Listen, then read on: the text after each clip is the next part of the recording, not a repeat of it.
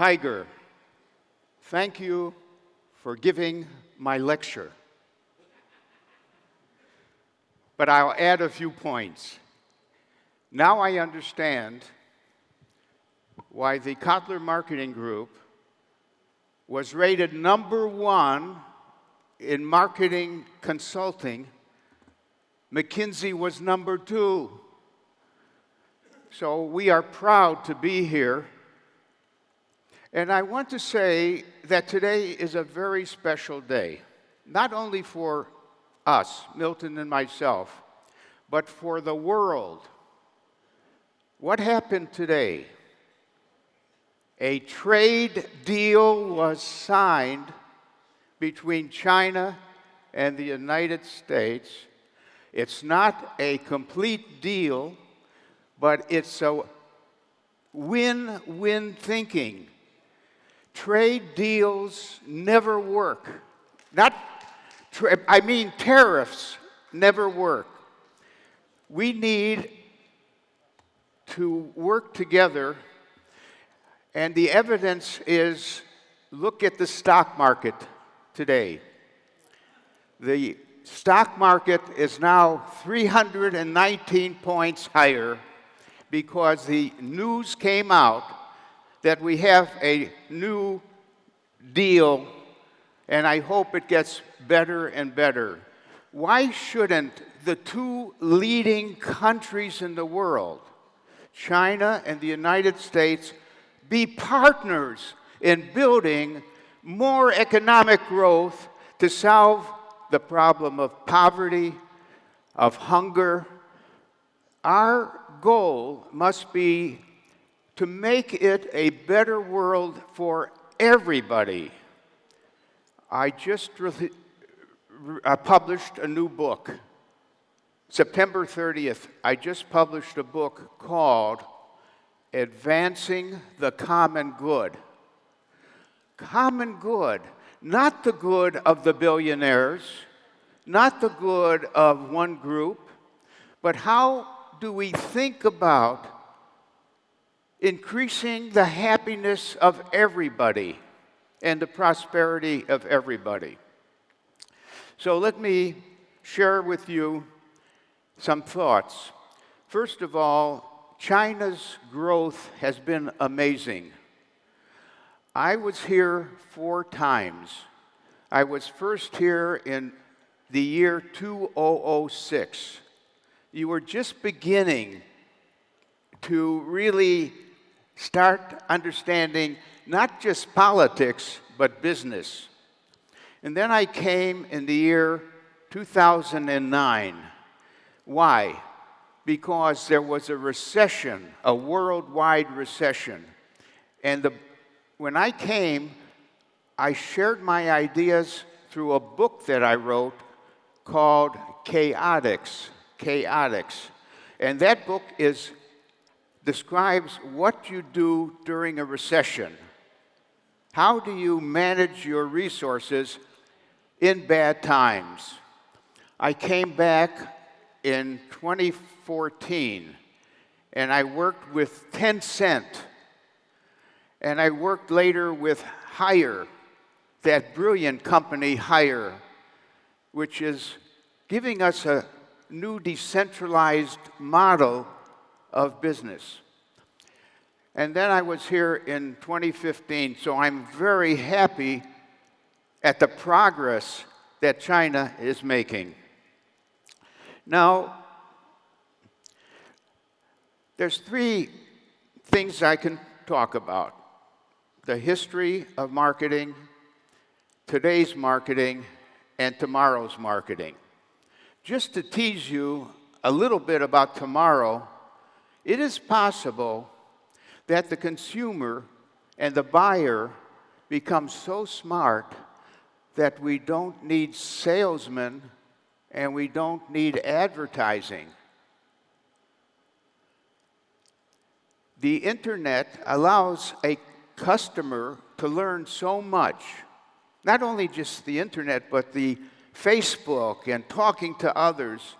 The customer knows what he wants and should buy without a salesman and without an ad. Now, what is marketing in the future if there's no need for salesmen and no need for advertising? I guess it leaves marketing one job: to manage the word of mouth. The most effective advertising comes from friends, people who've experienced the product, and you can trust what they say about their experience. And we're even beginning to learn new methods of managing or influencing word of mouth. I can give you one example. Suppose I make wine. I'm introducing a new wine in the market. The best thing I could do is find out who are the influencers of wine choice. And I will find that there are certain people who are respected for knowing so much about wine and having such a wine network that I will present a gift of my wine to an influencer and hope he likes it, because if he not only likes it but loves it, my job is done. I don't need advertising, I don't need salesmen, and I'm not even paying him.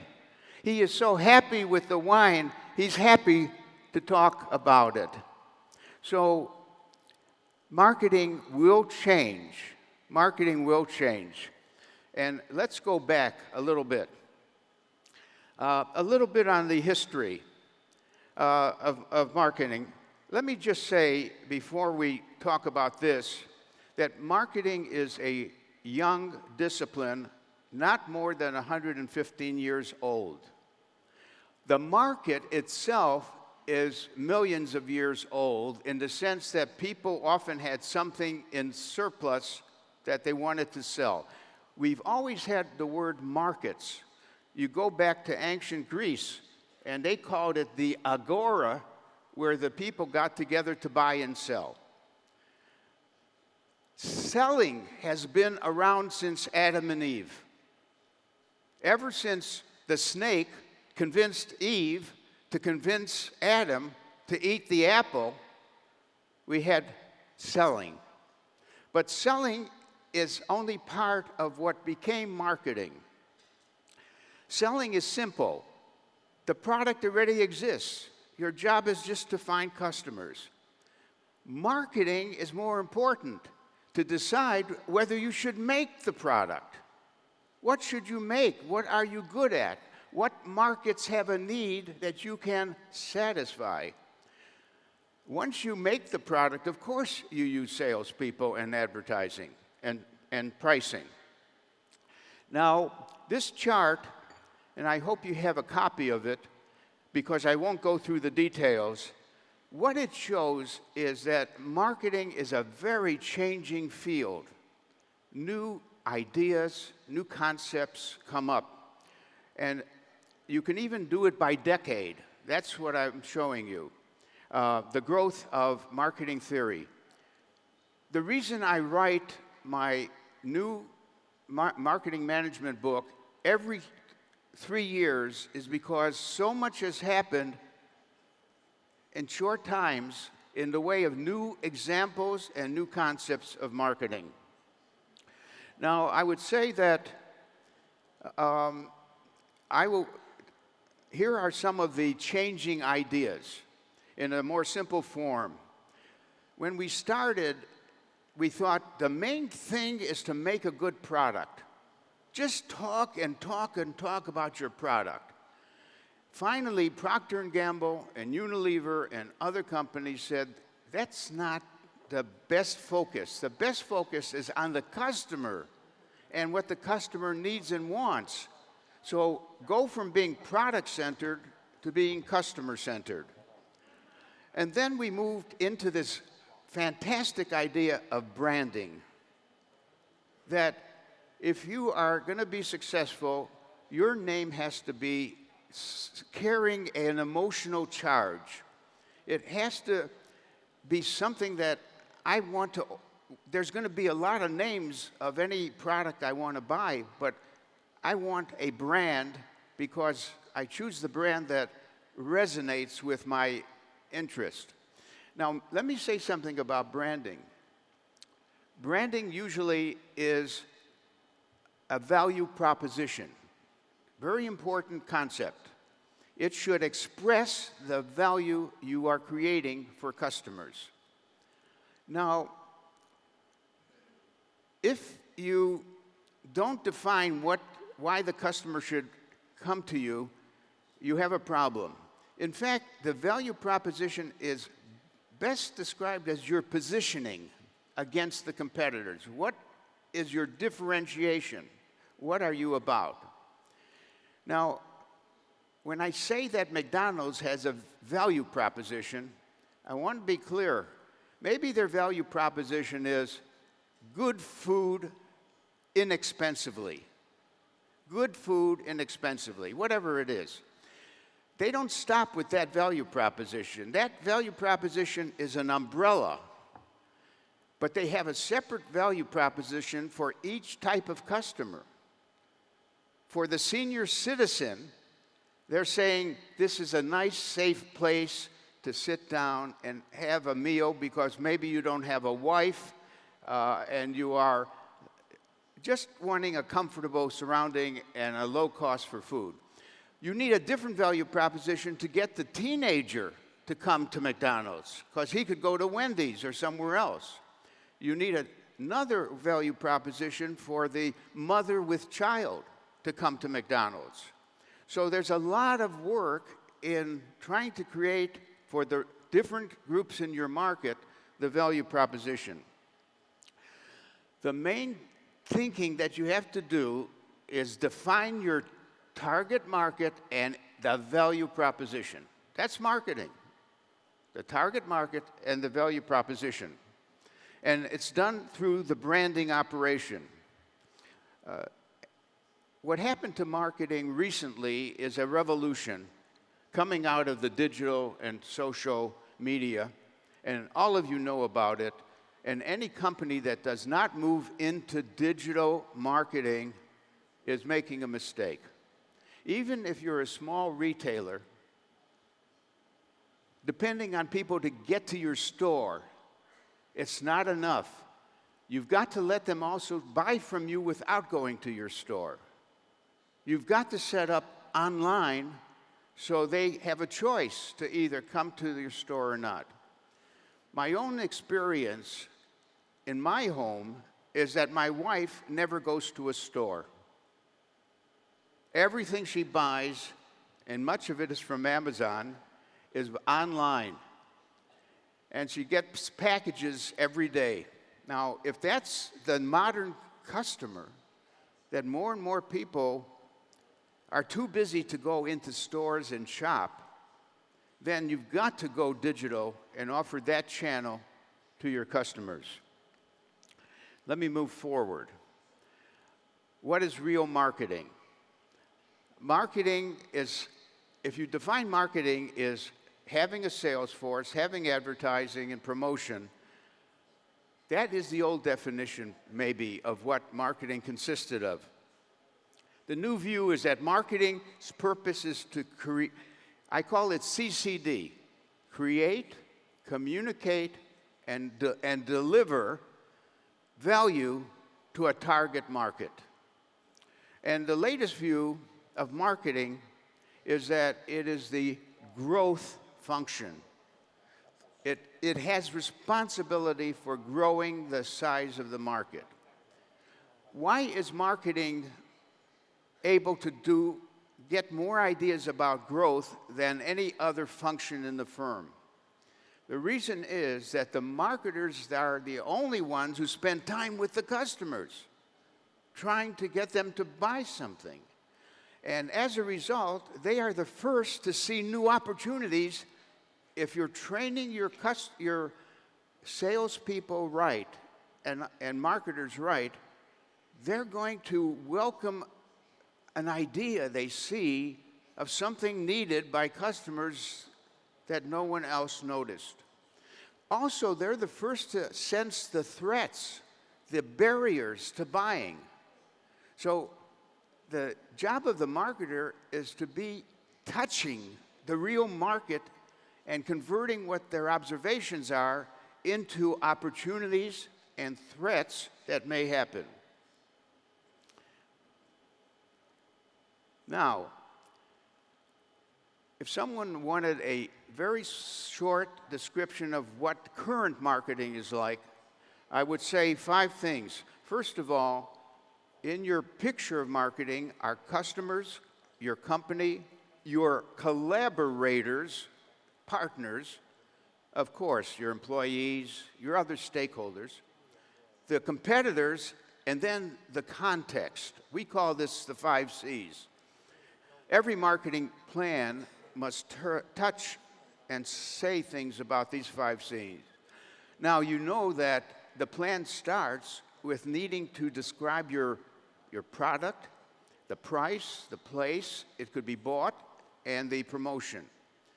The 4 P's is the starting point, but feel free to add another P if you want. Call it packaging. A perfume company knows that more important than the perfume is the packaging of the perfume. Now, you could say that that comes in the word product anyways. Packaging is part of product. Someone may say, but where is service? Where is the sales force in the 4 P's? Don't be bothered that. If you need to say a lot in your marketing plan about those things, make it 4 P's and 1 S and 1 W, I don't care. That's just the 4 P's represent what you definitely need, and then if there are particular variables, add them. The next thing is to understand, by the way, sometimes I say the plan should have product, service, brand, price, incentives, communication, and delivery. That's a version of 4 P's that is expanded for the purpose of a company in that kind of business. And then if someone says to you, what is the process of making a plan? I would say it all starts, especially if you're starting a new business or a new product. Marketing research, MR, is the beginning of all good marketing. And there's a lot of ways to learn about a market, and surveys, observation, so many ways. So everything begins with MR. What you will learn from MR is it's a very complicated market. It consists of groups in the market. So you do what we call segmentation, which is a skill. It will reveal quite different needs in that market. And then you target that need that you could do a good job satisfying. And that's called targeting. And then you state your position. So the language is STP. All good marketing work has to arrive at that process of STP. Now, that means you have chosen a TM, a target market. And by the way, you could choose several of them, but each one needs a separate plan. So you chose a target market, then you develop your VP, which is your positioning, your value proposition, and then you build your MP, which is your marketing plan. Now you've been into developing the plan, and now you have to implement it. It has to be taken out into the marketplace. And to be sure you're doing a good job, you do C, which is control. Because now you know if you got more sales or not. So here's the message. The message is, if you are not selling well, use that sequence backwards. Oh, my sales are poor. Maybe you did a poor implementation of a good plan. You hired the wrong people to implement it. No, let's say you have good implementation, but maybe your marketing plan set a price that was too high to buy your product. Or you had poor advertising.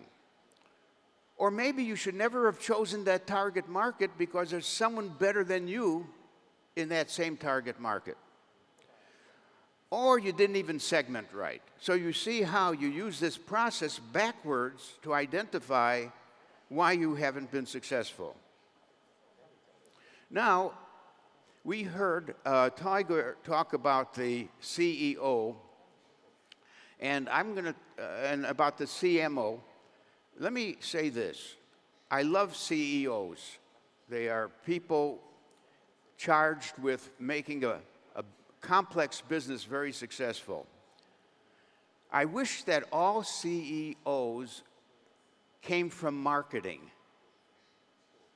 None of them do. Why is it that a marketing genius doesn't become the CEO? Well, they probably say he or she doesn't know finance or something like that. Most CEOs are lawyers, accountants, or finance people. Therefore, you have to ask, what does your CEO know about marketing? And there's 4 types of CEOs. The first type thinks price is everything. They take one thing about marketing, the price you charge, and they say that's what you control. Well, I'd rather work for someone who is a 4P CEO, who says, my company's trying to integrate product, price, place, and promotion in a nice plan. That's better. I'd even feel better if the CEO says, I know about segmentation, targeting, and positioning, and I've really found the best targets. And then there's the highest type of CEO, and that's ME. Marketing is everything. The company's job is to create value for customers in a specific market. Everyone's job is think customer. So that is Procter & Gamble's motto. Marketing is the starting point for everything they do. So, does marketing need an update today? Is there such a thing as the old marketing and the new marketing? Yes, there is. The old marketing was basically mass marketing. 30-second commercials. Make a very expensive but effective statement in a film, in a video, showing actual real people making a choice of your product. Now, here's the problem. If I'm not buying a car, when that commercial on a car is on my TV set, it doesn't do anything for me. In fact, it annoys me that the program is interrupted by something I'm not in the market to buy. So mass marketing has always been, in some ways, inefficient. However, you still need it. Even with the new marketing, you need to take a step where you have a 30-second commercial that gives the value proposition, which is then elaborated using Facebook, using Instagram, using Google, and so on. So you need to blend the old traditional marketing with the new marketing. In fact, you want the two so you could play with both of them. But the real change is not even the marketing so much as the consumers are so smart. They can find out almost anything they want to know about any competitor and so on and so forth. The distribution channels are growing rapidly. Whoever thought you could buy food at a gas station? What a new channel that is, that I can buy ice cream and milk at the gas station. More and more new distribution, new technology, other things. So let's move on. Some findings on growth. I prefer organic growth to acquisition growth. I understand when a company is doing well, it may need to buy up some other companies rather than compete them from the start. But the evidence shows that companies that grow organically without buying other companies do better generally. They are companies that usually have more marketing skill and leadership. And marketing fits into the other parts of the business very well. There's good alignment. Money is allocated carefully to the products and the customers who are the best prospects. And there's good innovation. Right now I'm working with an interesting company, Fujifilm. All of you know about a company called Kodak, don't you? Kodak is no longer here. Fujifilm should no longer be here either, because we do not want to buy boxes and packages of film. Kodak is dead. Fujifilm is not only alive, but bigger than it was.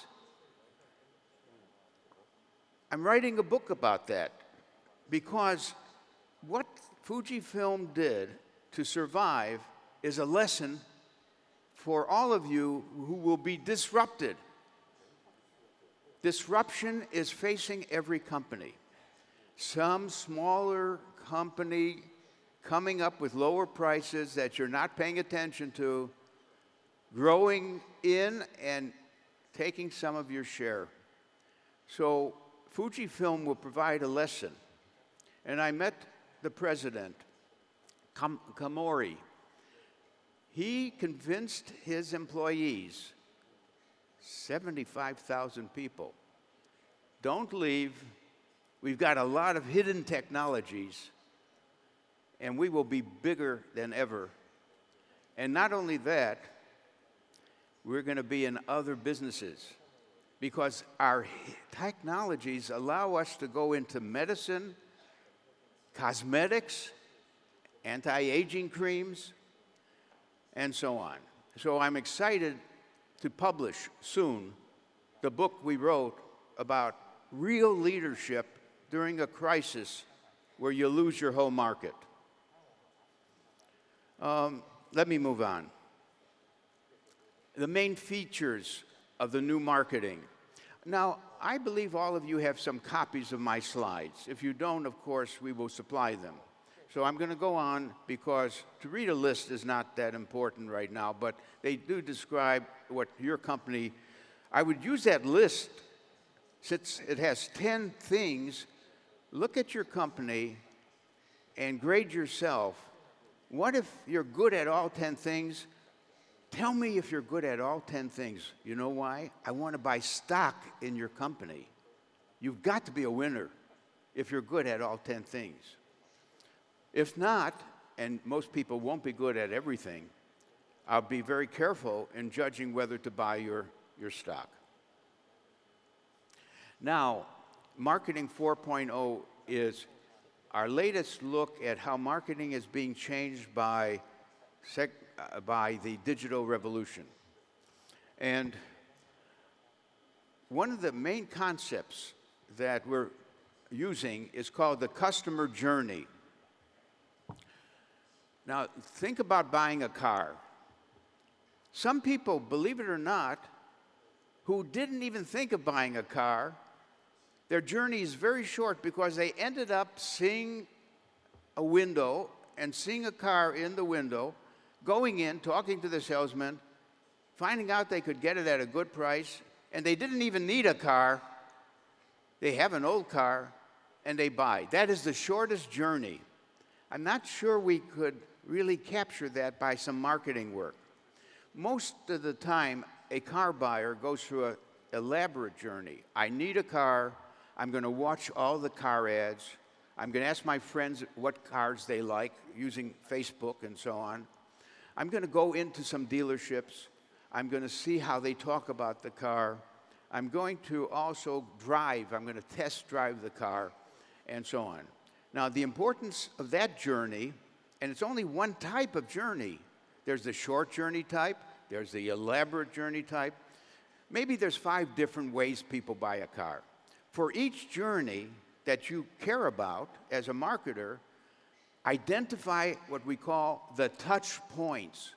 At what points during the journey is the customer exposed to you? If you don't touch the customer during the touch points, you're not in his mind. So now that's not enough to touch. It's not enough to be present at the main touch points. You got to be present in a very effective way. What if you're good at most touch points, but the salesman is a very poorly trained salesman? You lost the sale.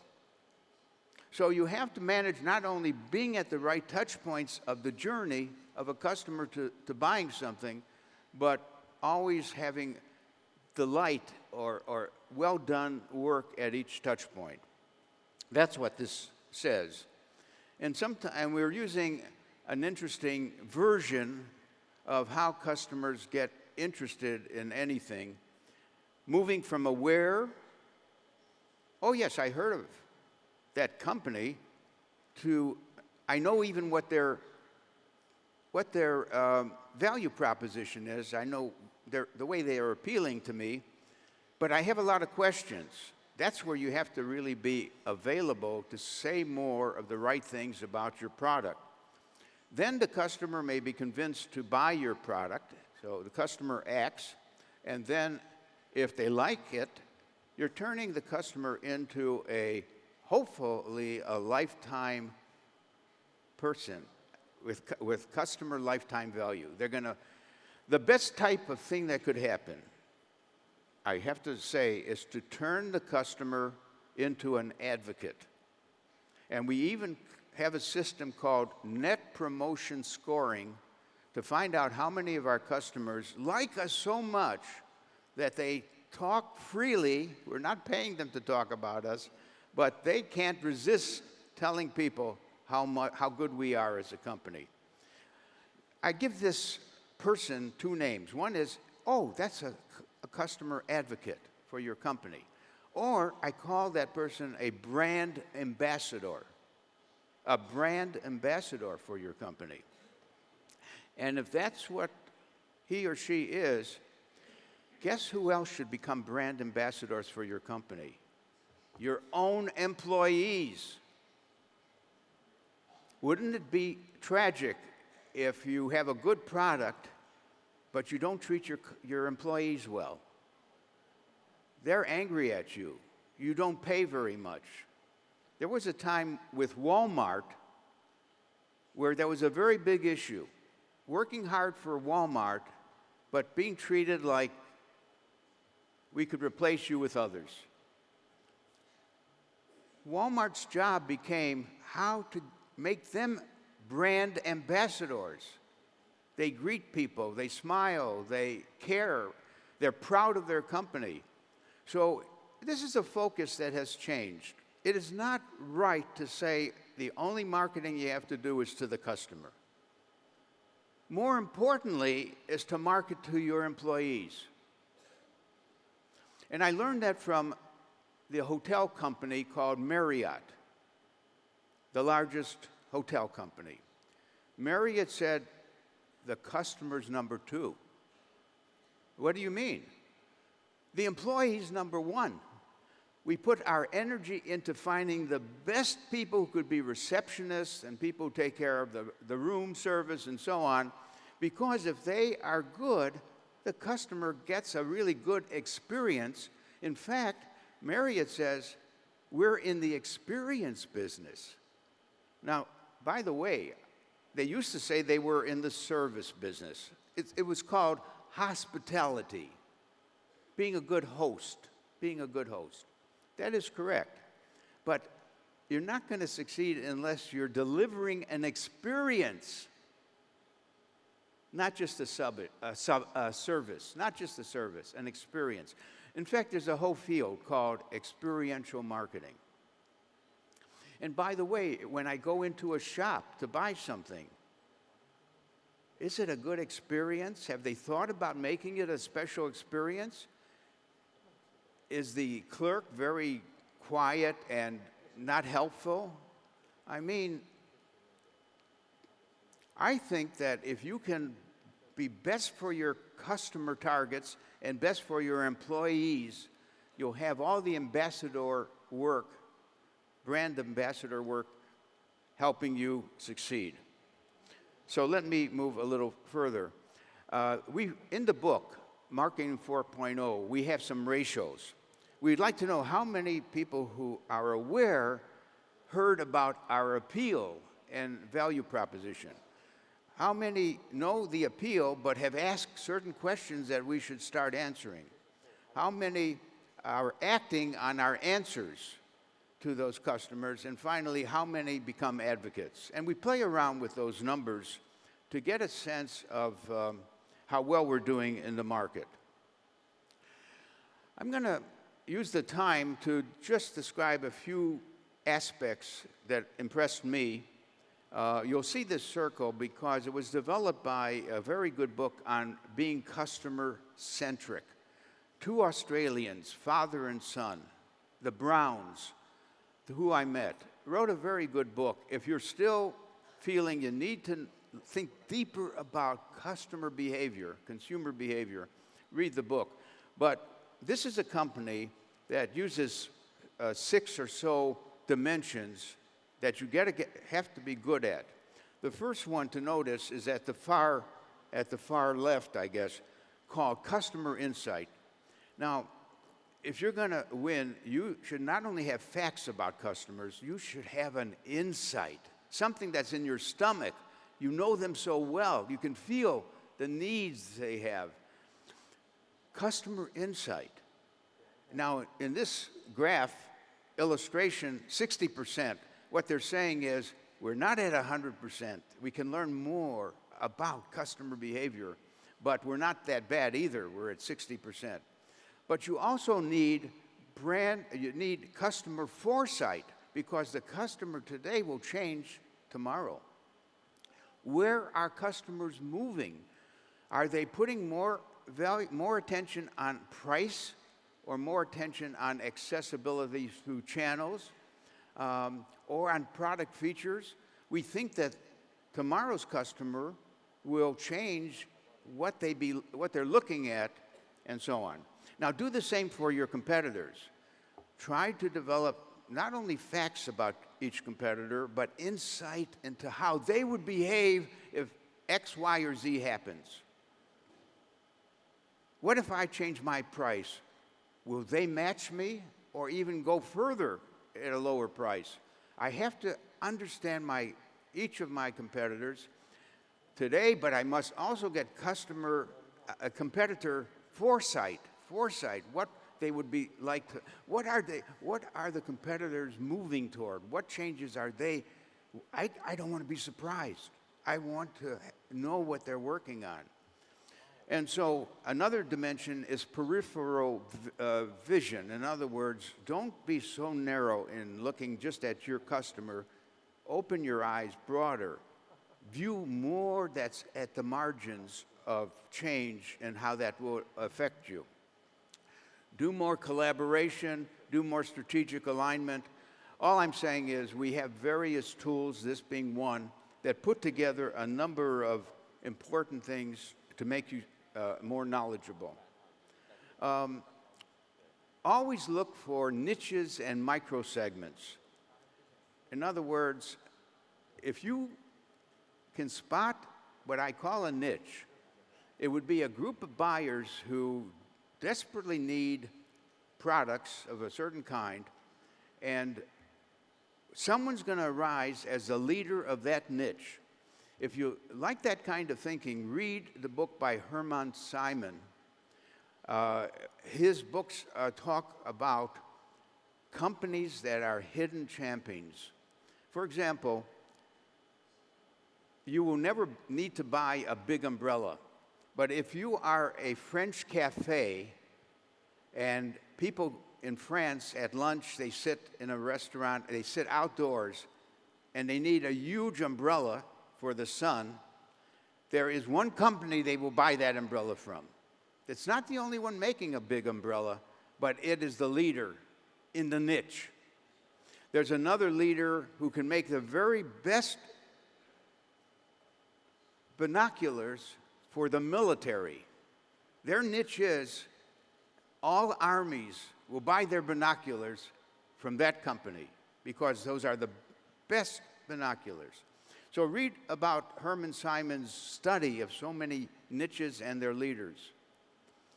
And there's another interesting book called Micro Trends by Mark Penn, where he says there's so many groups. You could go after working retirees. What's a working retiree? That's a person who had to retire from his company, but he's still doing some work. Maybe he needs help and services, and that's a market itself. What about left-handed people? 1 out of 7 people is left-handed. Well, maybe that causes some kinds of problems, and what kinds of services can you give left-handed people? And Protestant Hispanics, most Hispanics are Catholic, but there are Protestant ones. Those are niches, those are micro markets. Watch for them, watch for them. I'm going to skip this slide. Innovation. You remember I talked about about the company called Fujifilm. Fujifilm had the courage to take as their value proposition, never stop innovation. That's their motto. Innovation. Never stop. Never stop. If we don't innovate, we die. By the way, if we innovate, we die too. If the innovation fails.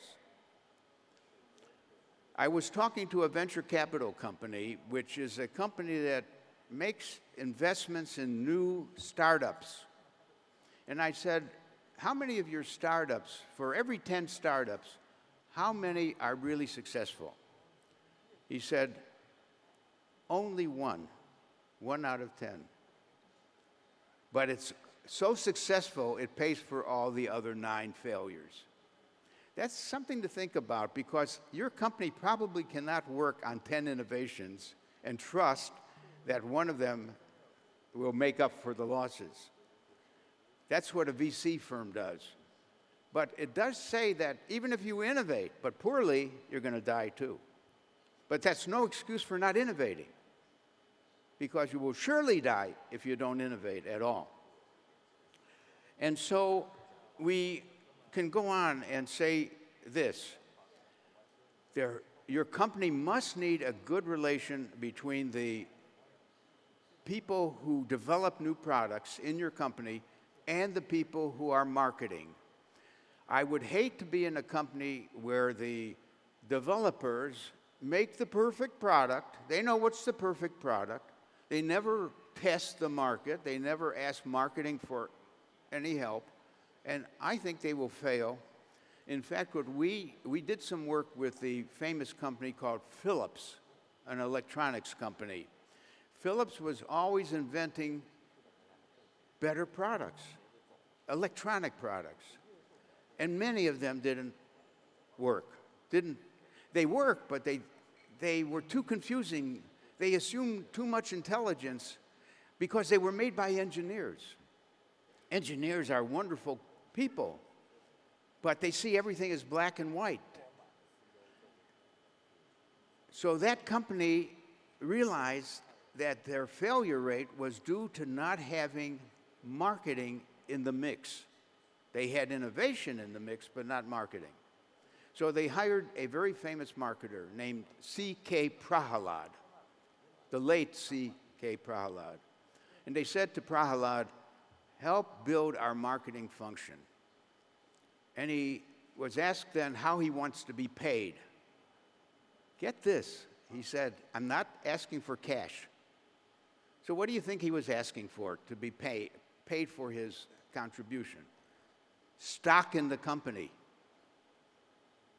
I want Philips stock in the company, because I think you are so badly in need of marketing that anything I can do for you will end up with more profits and therefore a higher share price.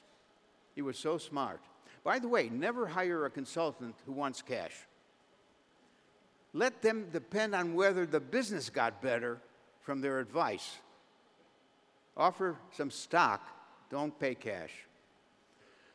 In any case, if you have two types of companies, one company is very good at innovation and very poor at marketing. What do you think of that? Not good. They innovate, but it's not, they didn't ask how to actually, if the customer will really like it. What if the company is very good at marketing, but there's no innovation?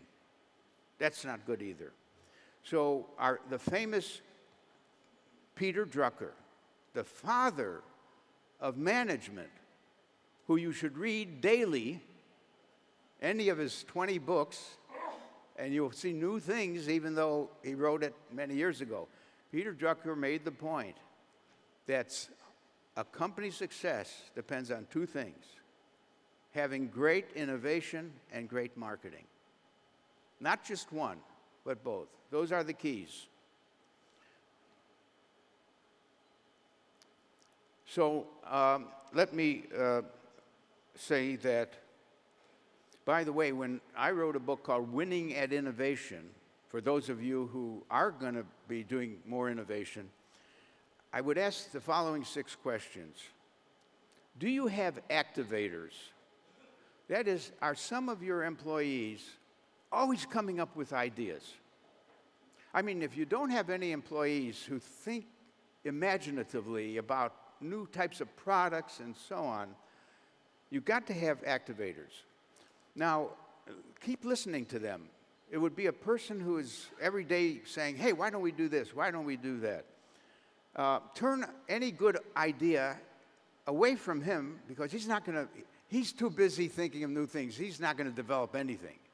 But what he suggested, turn it over to someone else in your firm who we call a browser. That person is capable of taking that idea and studying if it's already done by any competitors.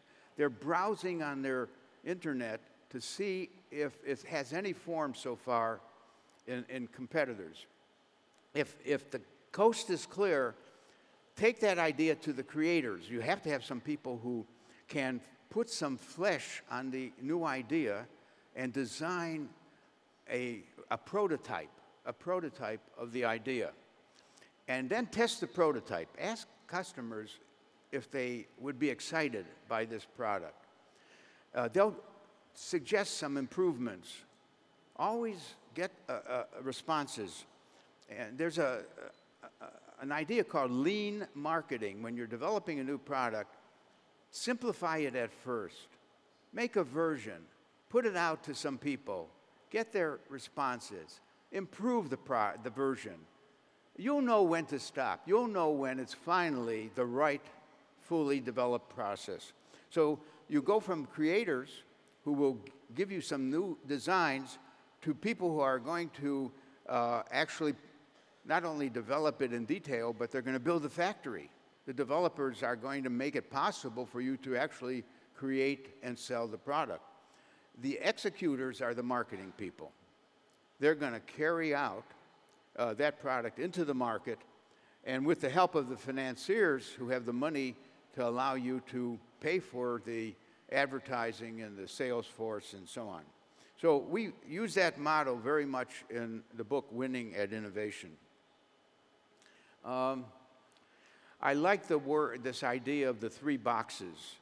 Namely, you got to manage your business as well as possible today with the products you have. But you have to also work on some new products. Work on some new products. And then maybe work on at least one big new idea, if possible. Most people never get to the 3rd box. The 3rd box would have been the idea of an electric car. You could always have been on the 1st box, making a pretty good fuel-efficient car, or the 2nd box, which would be a lot of other improvements on the normal fuel-efficient car. But the 3rd box is, maybe the future is an electric car. And that's the way Musk works. He dreams up brand new things. He wants to take us to Mars. That will pass by. But that electric car was really a creative genius act. So, by the way, Tiger talked about the CMOs, and he made some very good statements. I still believe CMO is the right word. For this reason, there's a whole community now of CMOs. So many companies have CMOs. These CMOs have meetings with each other, even though they're not competing. Some CMOs are writing articles on how to really do the job better. They have a community. There is no community of chief growth officers. Maybe it will become a community. The other names are interesting, but think twice about whether you think marketing should be called growth instead of marketing or customer centricity. But make sure that someone is taking control. In the company Fujifilm, they have 12 CMOs because they have 12 companies. And there's no CMO on top of the 12 CMOs. So sometimes the CMO is running a part of the business that's different than the other parts of the business. I won't say more about the CMOs. I won't say more there. An interesting book did come out on shifts in the marketplace. The first was a shift from creating just a strategy, a marketing strategy, to driving business growth. That's a more dynamic challenge. You, the CMO, yeah, you should create a strategy. No, beyond that, drive the growth of the business in all ways possible. And sometimes we used to say, and control the message. By the way, you can't control the message anymore. You're having less and less control about what people say about your product. Facebook alone allows people to badmouth or goodmouth your product. So you're not controlling the message, but you want to galvanize your network to put your message out as strongly as possible. Yes, I want improvement. By the way, I just came from Japan, and Japan has introduced many theories of management. One of them is called Kaizen, and they believe in it. Everyone in the company improving what they're doing all the time. At Toyota, 75% of the workers in any year, of the workers in the factory, 75% come up with something new that could make the car better, or the work they're doing on the car better. Can you imagine a culture where everyone believes that make your work better and more meaningful? Now, maybe they could do that because they had lifetime employment. What it meant is that some worker in Japan could say, you know, I'm being paid, but I don't really earn it. We don't even have to have me doing that. Now, that happens in many companies, that there are people in every company who are not creating customer value or any kind of value. But we live with them because we hate. They're human beings. We don't want them to lose a job. In Japan, it's lifetime employment. So I am free to say my job isn't necessary because they'll give me a different job that is necessary. So one of the concepts they introduced is called Kaizen, improving everything all the time. The other concept is several things about high quality. They gave that prize, the Baldrige Prize or whatever, for the highest quality. The Japanese love quality. Very important for China because China got into markets on low cost and average quality. Now, the future of China is not to make cheap products, but to sophisticate the products. Because you can make cheap products outside of China. Just go to Cambodia, Laos, elsewhere to make those products. So high quality and the measures of high quality is very important. So just moving on, besides managing the marketing investment, inspire the idea of marketing excellence. And instead of just being operational, have a relentless focus always on the customer and the customer's needs. It's a good book written by Scott Davis. Now, let me tell you what I think is happening in marketing and in business.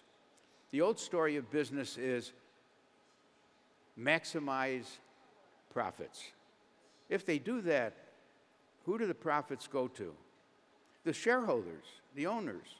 So the old theory was you create a business to make the one who started the business as wealthy as possible, or the people who bought and financed the business to make them as wealthy as possible. So the new story is different. The new story, first of all, takes the form of maximize the welfare of the stakeholders, not the shareholders. And the stakeholders are the following. Of course, the shareholders, but also the customers, making them better off, the employees better off, your suppliers better off, your distributors better off. So the problem becomes, when you make profits, share the profits with those who contributed to the profits. And you're going to be better at profits if you focus on the stakeholders, because they all have something to gain. When you're only focusing on the shareholders, why, as an employee, do I have to care? What's in it for me? So this is the new philosophy. Actually, the philosophy goes further. What is the purpose of your business? Do you have a purpose? And what are you doing about the environment, except harming the environment? Are you using only fossil fuels, or are you also investing in solar energy and wind energy and so on? What about poor people? Do you care about them? By the way, if companies don't care about poor people, or they don't care about low wages, who's going to buy your products? If you don't leave enough money in the hands of people to buy necessities, you're going to close your factory. So there is a little suicidal thinking when you only reward the shareholders. So the old philosophy, as I said, was different. We think that the movement toward a broader view of a business was originally called CSR, Corporate Social Responsibility. You remember that language, corporate social responsibility? That took the form of philanthropy. I'm a good business. I'm not selfish. I'll give money to the Cancer Fund or to the Girl Scouts. Philanthropy is no longer enough, especially if your company is harming the environment. So you look, the new concept, Michael Porter was very important in developing CSV, Corporate Shared Value. Corporate shared value is, again, sharing the value with the stakeholders. I've developed something called brand activism. Maybe I can show you what I mean. My original work on the social dimension of business was called Corporate Social Responsibility, and we studied 45 companies to see what they're giving to society, back to society. We learned a lot. We were very proud of a lot of the companies that had a cause, that wanted to make life better in some way. It could have been to fight poverty, or to fight hunger, or to have better housing for people, whatever. Usually it was a cause related to their business, because then we believe more in their sincerity if they're improving a cause that's related to their business. Now, brand activism, I just finished writing, says that you're not doing enough with your brand. Your brand is probably just talking about the value proposition, namely lowest prices at Walmart, best design at Apple. Sure, your brand should stand for your value proposition, but it should now also show your values. Your values as an organization. Do you care about more than just money making? So moving from just good value that you create to expressing to your public through your brand what you care about is important. And you know, when I choose a brand from 3 competitors, I will always lean to the one that is more ecological, more caring about the world, than the one that's just selling me a good product to make money. So watch for that your brand should be an active brand, something in charge of making the world a better place. Share what you think your company's values are. So really, there's a lot of new marketing ideas. I'm close to closing my talk. Each one of these has happened recently. Little things like, are you seeing your brand as being about telling a story? How important it is to enliven your brand with the story of how you were created as a company. You remember how Hewlett-Packard, that wonderful story about being in a garage and coming to the idea that they're going to make better printers and so on. That wonderful story of Haier, H-E-I-E-R, that the head of Haier, when the product wasn't selling well, at the factory he had all the people come, and they were expecting just a talk. But why did he have in his hands a hammer? Whoever comes to give a speech with a hammer? At which point he goes and he crashes into every refrigerator. Our refrigerators aren't good enough. They remembered that. So maybe it's time for you to do that in your own company in some way. In other words, make your product more excellent and do it dramatically and tell your story. So world-class marketers are going to be responsible for company growth, for expressing the customer's values and in relationship to the company's values. The best thing you could say is, you know, Mr. Customer, we know your values, and they're our values too. And have an entrepreneurial and innovative culture, continuous opportunity scanning and scoring. Scenario planning means imagining 2 possible or 3 possible scenarios. What would we do if there's a recession? Think about it in advance. What would we do if there's growing and growing prosperity? How would we handle that? Use big data and market analytics to get more customer insight, and definitely use a combination of old and new marketing, the old marketing with its commercials and so on, and the new marketing, and aim at achieving customer engagement and advocacy and brand ambassadorship. Because if you do that, and I'm going to skip this, if you do that, I always say, within 5 years, if you're in the same business you are in today, you're going to be out of business. Because the world's been changing and you haven't changed.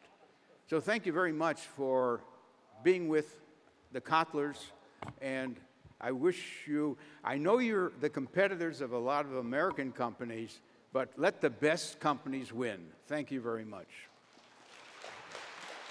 Thank you， 谢谢。